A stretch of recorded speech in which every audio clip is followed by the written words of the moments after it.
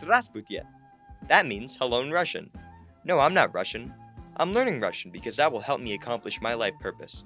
My ultimate destination, which is to become an astronaut for NASA and contribute in a pivotal way to the understanding and utilization of our universe beyond Earth.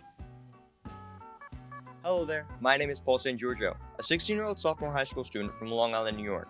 And you know why that's great? Because that means that I qualify to be an intern at the Texas Space Grant Consortium's SEAS Internship program this coming summer, and I intend on making that the next step towards my ultimate destination.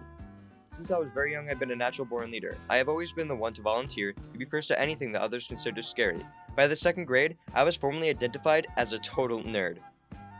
And by that I mean that I was identified as a student who qualified for the Gifted and Talented program, and I've always done very well in school.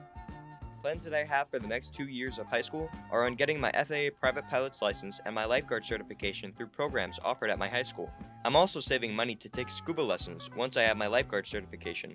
And I'm learning Russian to make myself more valuable to the global space effort. Вы понимаете? I plan to continue playing tenor saxophone and singing, which I have done since 4th grade, and also to continue running long-distance races in track and cross-country, which I have done since middle school. Amongst other things, I play video games. One of my favorites happens to be the NASA-backed Kerbal Space Program, which I have mastered, accumulating over 2,000 hours since the game's early development in 2011. My dream school is at MIT, and I'm working hard to get accepted by getting A's and taking higher-level STEM courses at school such as AP Chemistry, Physics, and BC Calculus.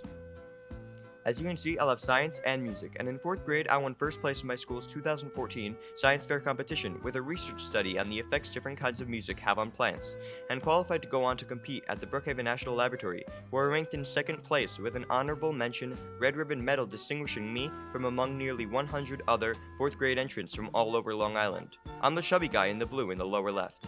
At 10 years old, that chubby guy used to go outside in all kinds of weather to look through his telescope at the moon, and on one clear but cold night, with very basic equipment, he captured these not-so-bad shots of the moon. Seeing the bright moon with so much detail made him feel like he could almost touch it, and this may have been the starting point of his deep desire to go to outer space.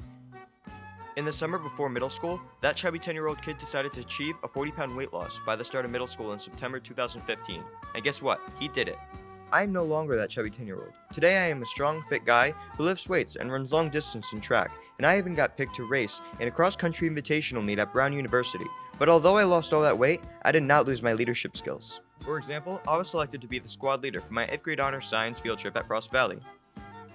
And recently, as of last year, I was chosen to become a peer mentor for the Mentoring Leadership Club at my high school, which landed me an invitation to attend the National Student Leadership Conference for Engineering Studies at Yale University. Last summer, I just had to keep working towards my goal of becoming an astronaut, so I enrolled in and completed an online masterclass called Chris Hadfield Teaches Space Exploration, which is a 29-chapter interactive course taught by Chris Hadfield, the popular Canadian astronaut, where he teaches lessons on topics including but not limited to atmospheric drag, orbital mechanics, navigation systems, and human variables in space missions, just to name a few.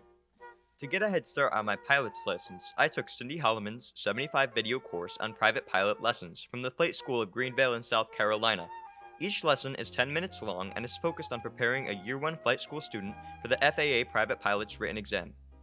The reason why I want and need to be selected as an intern in the SEAS program this year is because I know that space exploration is what I was born to do, and I have to make the best use of every moment until I reach my goal. I equate space exploration today to the journeys and discoveries of the European explorers from the 15th and 16th centuries who set sail to travel the unknown seas. The great unknown of today is outer space, and I have the brave heart and motivation to be the one who raises his hand and says, yes, I'll do it. Just like Earth, outer space will become an extension of our home in the future, and I want to be a part of making that happen. With the SEAS program, I intend on embracing all the new data and resources, knowing that in that data are answers to many of the still unanswered questions just waiting to be noticed. My expectation after completing my internship will be to depart with a new network of like-minded people and with the acquisition of a specific focus that I can continue to investigate and build upon. I intend on leaving the internship many steps closer to my ultimate destination of becoming a valuable member of the space program that can contribute to the world in some very meaningful way.